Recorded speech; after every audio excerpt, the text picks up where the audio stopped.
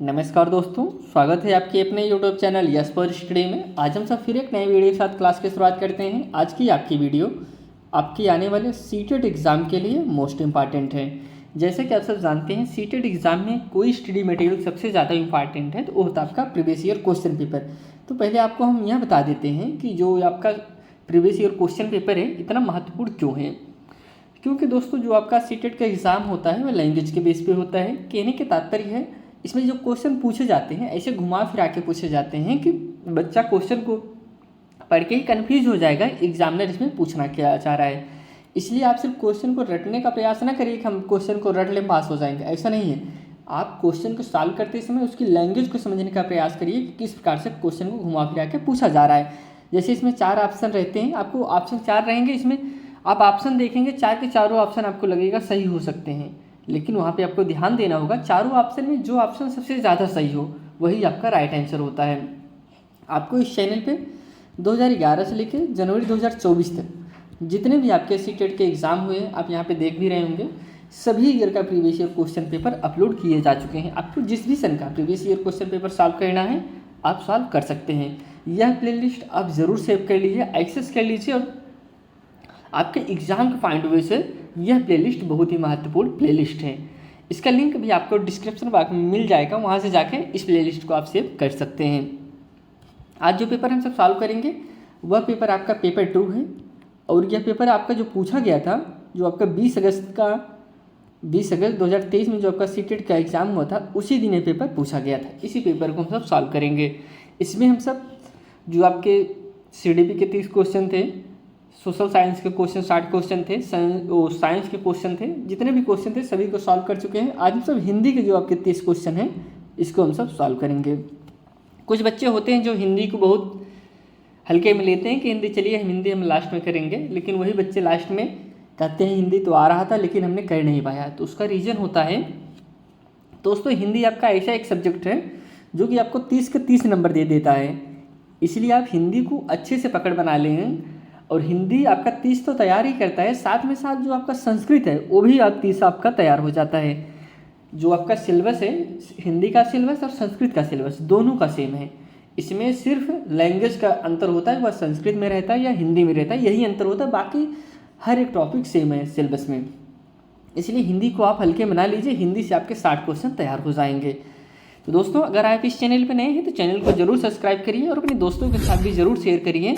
आपके एग्ज़ाम के point of view से बहुत ही महत्वपूर्ण चैनल है, जहाँ पे आपको सीटेट के थ्योरी क्लास हैं, सभी सब्जेक्ट की प्रीवियस ईयर क्वेश्चन पेपर, नए कंटेंट सभी उपलब्ध कराए जाएंगे। आइए चलिए हम सब आगे बढ़ते हैं और क्लास की शुरुआत करते हैं। यहाँ से हिंदी के क्वेश्चन शुरू होते हैं। हिंदी में टोटल 30 क्वेश्चन पूछे जाते हैं। 15 क्वेश्चन आपके आते हैं गद्यांश पद्यांश से, और 15 क्वेश्चन आपके पूछे जाते हैं पेडागोजी से। ग्रामर के क्वेश्चन जो इसमें पूछे जाते हैं, आपके जो गद्यांश पद्यांश दिए रहते हैं उसी में से आपको 3-4 क्वेश्चन ग्रामर के भी पूछे जाते हैं। चलिए हम सब पहले क्वेश्चन की तरफ बढ़ते हैं।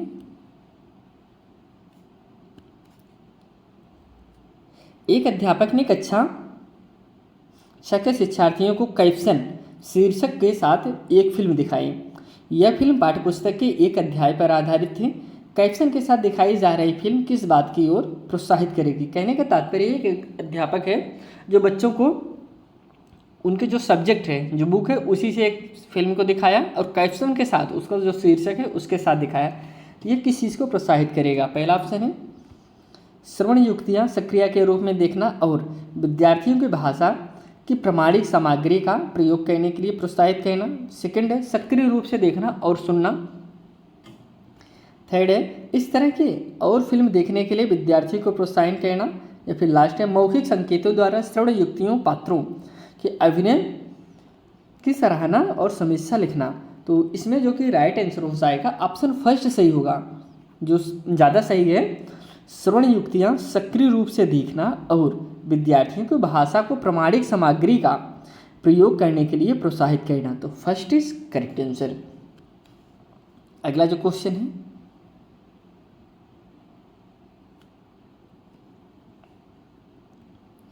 निम्नलिखित कथनों को पढ़िए तथा सही विकल्प का चयन कीजिए। कथन ए है अपने प्रारंभिक बाल्यावस्था में एक बच्चा संज्ञा की अपेक्षाओं क्रियाओं वर्ब का अधिक प्रयोग करता है। और व्याकरणिक नियमों की अनदेखी करता है। कहने का तात्पर्य जब बाल्यावस्था होता है बच्चे का, उसमें बच्चा जो संज्ञा की अपेक्षाएं क्रियाओं का अधिक प्रयोग करता है और व्याकरण का अनदेखा करता है। यह हो गया आपका कथन। कार्य जो तर्क है उनकी शब्द संपदा बहुत सीमित होती है। क्या ऐसा है छोटे बच्चे की जो शब्द संपदा है वह सीमित होती है, या फिर इसमें कौन सा ऑप्शन सही है बताते हैं आपको। पहला है ए सही है परंतु बी आर गलत है। सेकंड है ए और आर दोनों सही है परंतु आर ए की सही व्याख्या नहीं है।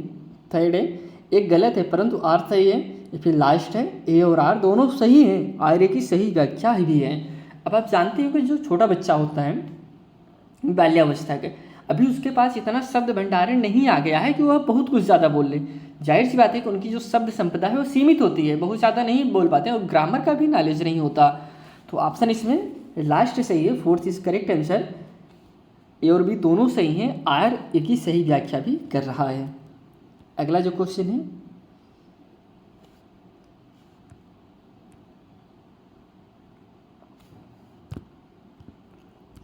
अगला क्वेश्चन यहाँ से शुरू है।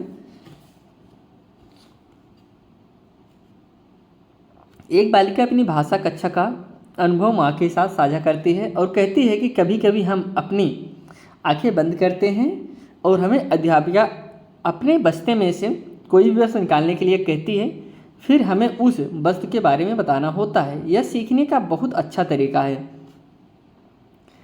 इसके बाद अपनी माँ से एक बच्ची अपनी माँ से अपना अनुभव बता रही है कि हमारी मैडम जो है इस तरीके से करती है कि आँख मूंद के अपने बैग में हाथ डालना होता है, हम कोई चीज़ निकालते हैं फिर उसका हमको नाम बताना होता है। यह सीखने का बहुत अच्छा तरीका है। बच्चे की यह टिप्पणी अधिगम के बारे में बच्चे की प्राथमिकता की ओर संकेत करती है कि उसकी प्राथमिकता की पहचान कीजिए। ऑप्शन है जब मैं कुछ करती हूँ तो भाषा प्रयोग अच्छी तरह से याद कर लेती हूँ। सेकंड है जब मैं सुनती हूँ तो भाषा प्रयोग अच्छी तरह से याद कर लेती हूँ। थर्ड है जब मैं देखकर नकल करती हूँ तो भाषा प्रयोग अधिक अच्छी तरह से याद कर लेती हूँ। लास्ट है जब मैं देखती हूँ तो भाषा प्रयोग अच्छी तरह से याद कर लेती हूँ। तो राइट आंसर इसमें ऑप्शन फर्स्ट सही हो जाएगा। जब मैं कुछ करती हूँ तो भाषा प्रयोग अच्छी तरह से याद कर लेती हूँ। जाहिर सी बात है दोस्तों, जब हम कोई चीज़ करके सीखते हैं तो हम बहुत जल्दी और बहुत अच्छे से सीखते हैं। तो वही जब मैं कुछ करती हूँ तो भाषा बहुत अच्छी तरीके से सीख जाती हूँ। तो फर्स्ट इज करेक्ट आंसर। अगला क्वेश्चन है विद्यार्थी क्या करती है उस उदाहरण को पढ़ें। एक मिनट, शिक्षार्थी दोस्तों, शिक्षार्थी क्या करती है उस उदाहरण को पढ़ें और उदाहरण से मेल खाते वही युक्ति का चयन कीजिए। यदि मुझे किसी का अर्थ समझ में नहीं आता तो मैं देखने का प्रयास करती हूँ। पहला ऑप्शन है संदर्भ सामग्री की मदद लेना। सेकंड है अभ्यास के लिए अवसरों का प्रयोग करना। थर्ड है मस्तिष्क की भ्रमित स्थिति, या फिर लास्ट है विन्यास पर ध्यान देना। राइट आंसर इसमें हो जाएगा फर्स्ट, संदर्भ सामग्री की मदद लेना। Option first is correct answer. अगले क्वेश्चन चलते हैं। अगला क्वेश्चन यहाँ से शुरू होता है 95। नैदानिक परीक्षणों का प्रयोग किसके आकलन के लिए किया जाता है। किसकी बात करें, नैदानिक परीक्षणों की बात करें, किसके आकलन के लिए किया जाता है। पहला ऑप्शन है पाठ्यपुस्तक के मुख्य बिंदुओं का सारांशीकरण करने की योग्यता। सेकंड है शिक्षार्थी की अपनी भाषा संबंधी गलतियों को स्वयं पहचानने की योग्यता। थर्ड है शिक्षार्थियों को उपलब्धियों के क्रम में श्रेणीबद्ध करना। लास्ट है शिक्षार्थी की भाषा के मजबूत और कमजोर बिंदु। तो राइट आंसर इसमें हो जाएगा फोर्थ इज करेक्ट आंसर। नैदानिक परीक्षणों को प्रयोग किसके आकलन के लिए किया जाता है, तो शिक्षार्थियों की भाषा को मजबूत और कमजोर बिंदु के लिए किया जाता है। Option fourth is correct answer. अगले क्वेश्चन चलते हैं। Question number 96। निपुणता परीक्षण सदैव किसका आकलन करते हैं। पहला ऑप्शन है भाषा का वह स्तर जहाँ तक विद्यार्थी की पहुँच बन गई है। सेकंड है विद्यार्थियों को पढ़ाई गई भाषा। थर्ड है बहुसंवेदी अधिगम अनुभव। लास्ट है दैनिक वार्तालाप की भाषा। तो राइट आंसर इसमें हो जाएगा ऑप्शन नंबर फर्स्ट सही है। निपुणता परीक्षण सदैव किसके आकलन के लिए किया जाता है, आकलन करता है, तो option first is correct answer. भाषा का वह स्तर जहाँ तक विद्यार्थियों की पहुँच बन गई है, तो फर्स्ट इज राइट आंसर। अगला क्वेश्चन है 97। एक अध्यापक ने विद्यार्थियों को समूहों में विभाजित किया और हाथियों पर कहानी पढ़ने से पहले उनके बारे में आयोजित प्रश्नोत्तरी में भाग लेने के लिए कहा। यहाँ पर अध्यापक का क्या मंतव्य है? ऑप्शन फर्स्ट है टॉपिक के प्रति रुचि पैदा करना, सेकंड है सहपाठी पृष्ठपोषण, थर्ड है पाठ्य पुस्तक की समीक्षा लिखना, लास्ट है उनकी स्मृति का परीक्षण करना। तो राइट आंसर इसमें फर्स्ट हो जाएगा टॉपिक के प्रति रुचि पैदा करना। Option first is right answer. अगला क्वेश्चन है भाषा की कक्षा में एक विद्यार्थी अवरोध पैदा कर रहा है, इस विद्यार्थी के साथ किस तरह का व्यवहार किया जाना चाहिए? क्या कर रहा है दोस्तों? अवरोध पैदा कर रहा है। अब आप एक टीचर होने के नाते क्या करेंगे? ऑप्शन है इसमें बच्चों को समाधान खोजने के लिए कहना चाहिए, थर्ड है उद्यमी विद्यार्थियों पर ध्यान देना चाहिए, थर्ड है समाधान खोजने के लिए अभिभावकों पर निर्भर रहना चाहिए, लास्ट है विद्यालय प्रशासन को इस विद्यार्थी के बारे में बताना चाहिए। अब एक टीचर होने के नाते इस चारों ऑप्शन में से आप कौन सा ऑप्शन पे क्लिक करेंगे? आप बताइए, इसका आंसर भी कमेंट करिए दोस्तों। इसमें जो राइट आंसर हो जाएगा फर्स्ट होगा बच्चों को समाधान खोजने के लिए कहना। दोस्तों जब उस समाधान खोजेंगे तभी तो अवरोध पैदा कर रहा है, विद्यार्थियों के साथ किस तरह का व्यवहार किया जाना चाहिए, तो उन्हें ऐसा व्यवहार। अब देखिए इसमें इससे अच्छा भी आंसर ऑप्शन भी हो सकता है, लेकिन जो सबसे ज़्यादा सही है, क्या आप सिर्फ जो बच्चे उद्यमी विद्यार्थी उन्हीं पे फोकस करेंगे? नहीं। सेकेंड है समाधान खोजने के लिए अभिभावक, अब आप उससे गार्जियन के बोल देंगे इसका समाधान करिए, ऐसा भी आप नहीं कर सकते। लास्ट है विद्यालय प्रशासन को इस विद्यार्थी के बारे में बताना। आप टीचर हैं, अब आप दूसरे को बोलेंगे विद्यालय प्रशासन को बताएंगे बच्चा नहीं पढ़ पाएगा, ऐसा नहीं कर सकते। तो जो ज़्यादा सही है बच्चों को समाधान खोजने के लिए कहना, तो फर्स्ट इज करेक्ट आंसर। अगले क्वेश्चन में बढ़ते हैं। क्वेश्चन यहाँ से शुरू होता है 99।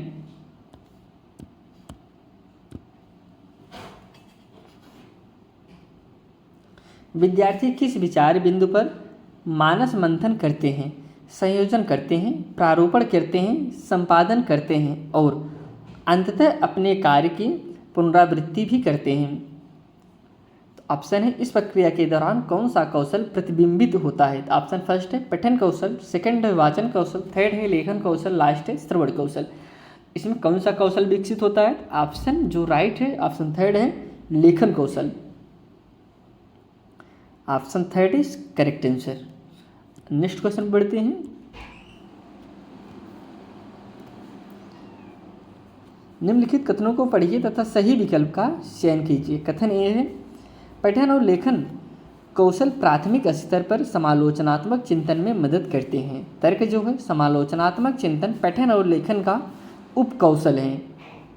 अब इसमें जो ऑप्शन दिए गए हैं, कह रहे हैं पहला ऑप्शन है ए और आर दोनों सही है, आर ए की सही व्याख्या नहीं है। थर्ड और सेकंड ऑप्शन है ए और आर दोनों सही हैं परंतु आर ए की सही व्याख्या है। थर्ड है एक गलत है परंतु आर सही है। लास्ट ऑप्शन है दोस्तों ए सही है परंतु आर गलत है। तो राइट आंसर इसमें हो जाएगा option number fourth is correct answer. A सही है परंतु इसमें आर गलत है। अगले क्वेश्चन में चलते हैं।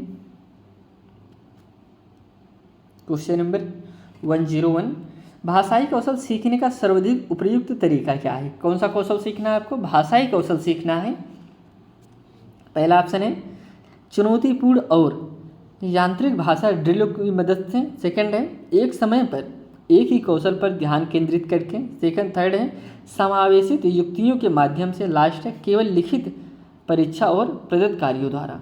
आप किस तरीके से भाषाई कौशल को अच्छे से सीख सकते हैं? तो राइट आंसर इसमें समावेशित युक्तियों के माध्यम से दोस्तों। Option third is correct answer.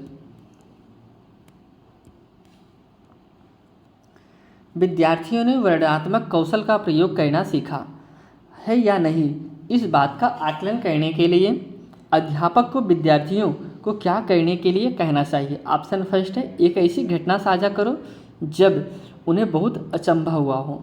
Second है पाठ्यपुस्तक में आए क्रिया और विशेषण शब्दों पर गोल घेरा लगाओ। थर्ड है वर्णन करने वाले शब्दों को प्रयोग में हुई गलतियों को सही करो। या फिर लास्ट है कहानी पढ़ो और बोध आधारित प्रश्नों के उत्तर दो। तो इसमें जो कि राइट आंसर हो जाएगा ऑप्शन नंबर फर्स्ट सही है। एक ऐसी घटना साझा करो जब उन्हें बहुत अचंभा हुआ हो। Option first is correct answer.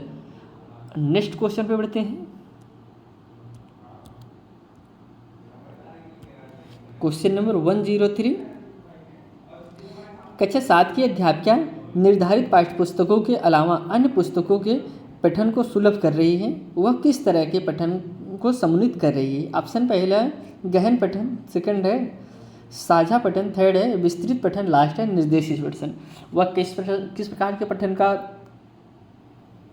कर रही है? तो वह दोस्तों विस्तृत पठन का कार्य कर रही है।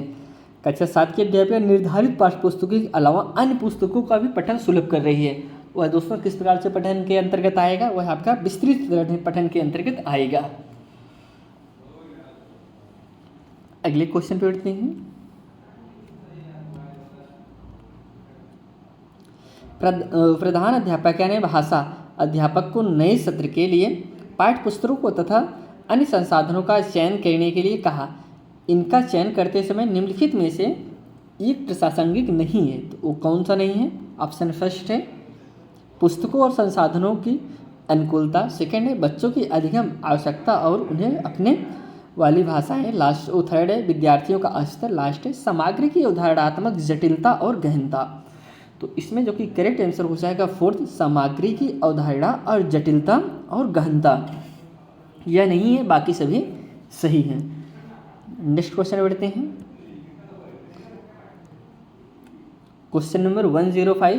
अध्यापक ने शिक्षार्थियों द्वारा भाषा सामग्री के प्रयोग का निरीक्षण करने के लिए मानदंड निर्धारित किए। सामग्री के प्रयोग का निरीक्षण करने के लिए कौन सा मानदंड सर्वाधिक रूप से महत्वपूर्ण और सहायक है?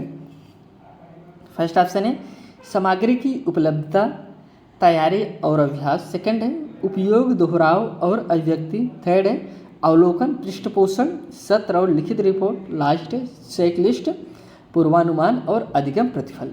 तो राइट आंसर इसमें हो जाएगा ऑप्शन नंबर थर्ड सही है, अवलोकन, पृष्ठपोषण, सत्र और लिखित report. Option third is correct answer. हम सब अब यहाँ से जो आपके गद्यांश पद्यांश के क्वेश्चन पूछे जाते हैं उसको सॉल्व करते हैं 1 से 6 से 1 से 11 तक। निम्नलिखित कविता को, पहले इसमें कविता ही दिया गया है, कविता को पढ़कर पूछे गए प्रश्नों का सही सबसे उपयुक्त उत्तर वाले विकल्प का चयन कीजिए। इसमें जो कविता है कह रहे हैं, जिन्हें सपने अपने पाने हैं बन जाते हुए तो दीवाने हैं, गए लक्ष्य जो साधा है तूने उसे पाने की कोशिश तू कर, चल आगे बढ़ तूफानों से ना डर, चल कश्ती उठा सागर में उतर, और रात अंधेरी फिक्र है क्या, एक दिन आएगी अपनी शहर, चल कश्ती उठा सागर में उतर। यह हो गया कविता।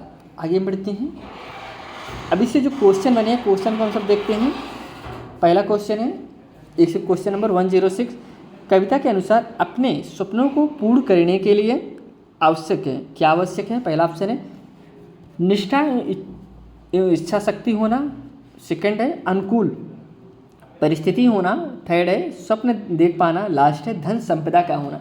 अब आपने जो कविता को पढ़ा है उसी से सॉल्व करना है, तो इसमें फर्स्ट आंसर सही हो जाएगा, निष्ठा एवं इच्छा शक्ति होना कविता के अनुसार सपनों को पूर्ण करने के लिए आवश्यक है। क्या आवश्यक है? निष्ठा एवं इच्छा शक्ति का होना ही आवश्यक है। अगला जो क्वेश्चन है क्वेश्चन नंबर 107। जीवन में सुख दुख आशा निराशा की स्थिति, पहला ऑप्शन है मानव को हरा देती है, सेकंड सदैव नहीं रहती है, थर्ड है मानव को सशक्त बनाती है, लास्ट है सदैव बनी रहती है। जीवन में सुख दुख आशा निराशा की स्थिति कैसी होती है? ऑप्शन इसमें फोर्थ सही है, सदैव बनी रहती है। दोस्तों कभी सुखी होते हैं कभी दुखी होते हैं, एक निरंतर चलने वाली प्रक्रिया है, सदैव बनी रहती है। अगला क्वेश्चन है आपको शहर का अर्थ बताना है। 108 क्वेश्चन में शहर का अर्थ क्या है? सुबह है, रात है, शाम है, निराशा है। तो शहर किस चीज़ को कहा जाता है? तो राइट आंसर इसमें सुबह को, दोस्तों सुबह का जो पहर होता है इसे शहर के नाम से जानते हैं। कहीं शहर है, जैसे भोर का समय जो होता है उसी को शहर कहते हैं। नेक्स्ट क्वेश्चन है कविता की कौन सी पंक्ति मनुष्य के मनोबल को बढ़ाती है? ऑप्शन फर्स्ट है गैर लक्ष्य जो साधा है तूने, सेकंड है जिन्हें सपने अपने पाने हैं, थर्ड है एक दिन आएगी अपनी शहर, लास्ट है चल कश्ती उठा सागर में उतर। तो इसमें जो कह रहे हैं कि मनुष्य को मनोबल को बढ़ाती है, कौन सी शक्ति जो है मनुष्य के मनोबल को बढ़ाती है? ऑप्शन इसमें फोर्थ सही है, चल कश्ती को उठा और सागर में उतर जा। यह जो मनुष्य के मनोबल को बढ़ाती है। अगला क्वेश्चन है, कविता के मुख्य स्वर के रूप में कौन सा वाक्यांश उचित है? ऑप्शन फर्स्ट है जो सादा है तूने, सेकंड है सागर में उतर, थर्ड है एक दिन आएगी, लास्ट है रात अंधेरी। करेक्ट आंसर सेकंड हो जाएगा सागर में उतर दोस्तों, यह थर्ड इज राइट आंसर। अगला जो क्वेश्चन है, क्वेश्चन नंबर 111, फिक्र का समानार्थी शब्द क्या है? अब इसके फिक्र का जो समानार्थी शब्द है, आपको फिक्र का समानार्थी शब्द बताना है। चिता है, चुनौती है, चिंता है, डरना है। तो फिक्र का जो समानार्थी शब्द है वह आपका थर्ड है, चिंता है दोस्तों। फिक्र का समानार्थी शब्द चिंता है। अगले क्वेश्चन बढ़ते हैं। अब यहाँ से कुछ आपके गद्यांश शुरू होते हैं जो कि 1 से 12 से 1 से 20 तक हो चलेंगे। इसको पढ़ना होगा, इसी से आपको क्वेश्चन को सॉल्व करना होगा। हम सबसे पहले गद्यांश को ही पढ़ लेते हैं। कहते हैं मनुष्य ने 9 से 10,000 साल पहले बौद्धिक दृष्टिकोण की खोज की थी। वो भक्त मार्ग था। मानव इतिहास के इस दौर के लोग सबसे बुद्धिमान थे। मैंने पहले ही कहा कि आध्यात्मिक दुनिया का महत्व बहुत अधिक है, फिर भी सापेक्ष दुनिया पूरी तरह से महत्वहीन नहीं है। जब सुदूर अतीत के मनुष्य ने महसूस किया कि कर्म योग और ज्ञान योग उन्हें सच्ची प्रगति प्राप्त करने में मदद नहीं करेंगे तो उन्होंने तुरंत भक्ति योग अपना लिया। आगे बढ़ते हैं।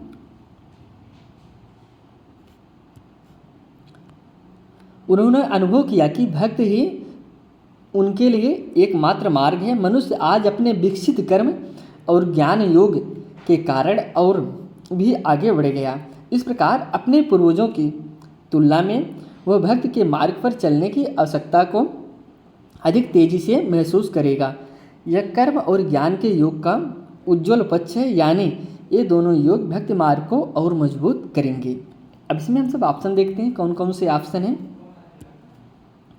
क्वेश्चन नंबर जो इससे बना है, पहला क्वेश्चन है 112, इस दौर के लोग सबसे बुद्धिमान थे। वाक्य के रेखांकित अंश में किस दौर के लोग की चर्चा की गई है? पहला ऑप्शन है बौद्धिक दृष्टिकोण खोजने वाले धनी लोगों की, सेकंड है मानव इतिहास में नाम दर्ज करवाने वाले लोगों की, थर्ड है 9-10,000 वर्ष पूर्व के लोगों की, लास्ट है मानव इतिहास में लक्ष्य प्राप्त करने वाले लोगों की।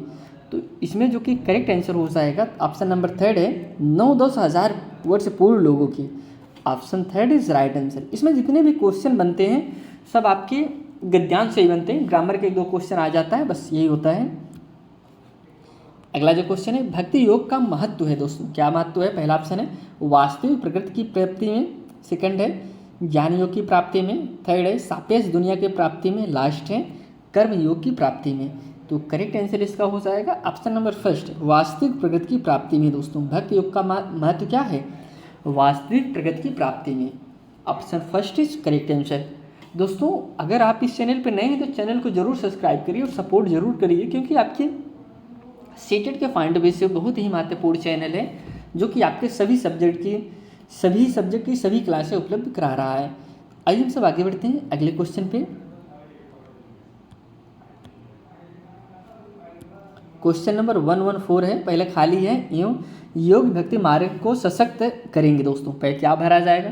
पहला ऑप्शन है भक्ति योग ज्ञान योग, सेकंड है कर्म योग भक्ति योग, थर्ड है ज्ञान योग राजयोग, लास्ट है कर्म योग एवं ज्ञान योग। इसमें क्या भरा जाएगा? तो fourth option is correct answer, कर्म योग और ज्ञान योग भरा जाएगा। अगला जो क्वेश्चन है, गद्यांश के आधार पर कहा जा सकता है कि मानव जीवन में खाली जगह का महत्व सर्वाधिक है। कर्मयोग, ज्ञान योग, आध्यात्मिकता या फिर लास्ट है बौद्धिक दृष्टिकोण। तो राइट आंसर इसमें हो जाएगा ऑप्शन नंबर थर्ड सही है, आध्यात्मिकता। अगला जो क्वेश्चन है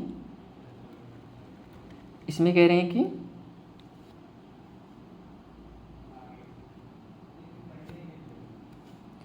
मानव जीवन के लिए एकमात्र मार्ग है। कैसा मार्ग है? भक्ति मार्ग है, ज्ञान मार्ग है, राजमार्ग है या फिर कर्म का। दोस्तों इसमें राइट आंसर हो जाएगा ऑप्शन नंबर इसमें फर्स्ट सही है, जो कि भक्ति का मानव जीवन के लिए एकमात्र मार्ग कौन सा है? वह भक्ति मार्ग का है। अगला क्वेश्चन है क्वेश्चन 117, मनुष्य के पूर्वजों ने किस चीज़ की आवश्यकता को नहीं समझा था? दोस्तों, ज्ञान मार्ग की, भक्ति मार्ग की, कर्म मार्ग की, या फिर लास्ट है मानसिक विकास का। तो करेक्ट आंसर इसका हो जाएगा फोर्थ, मानसिक विकास की। अगला क्वेश्चन है विशेषण विशेष का उदाहरण है। दोस्तों, कौन सा उदाहरण है? ग्रामर का आपका क्वेश्चन एक काव्यांश में मिला था, एक गद्यांश में यहाँ पे मिल गया। 2 ग्रामर के अभी तक क्वेश्चन आपके पूछे जा चुके हैं। विशेषण विशेष का उदाहरण है सबसे बुद्धिमान, उज्ज्वल पक्ष, मानव इतिहास, या फिर अधिक तेज।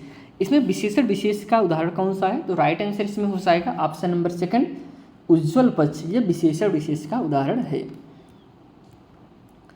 सापेक्ष का विलोम आपको बताना है। सापेक्ष का विलोम निरपेक्ष, असापेक्ष, निरपेक्ष, या फिर अनापेक्ष।